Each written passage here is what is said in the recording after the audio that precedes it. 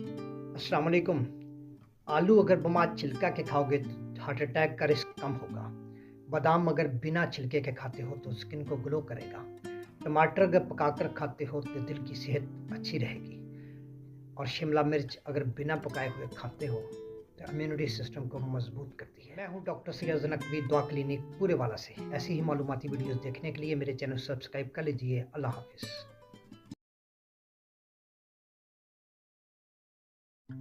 अस्सलाम वालेकुम। आलू अगर बमा छिलका के खाओगे तो हार्ट अटैक का रिस्क कम होगा।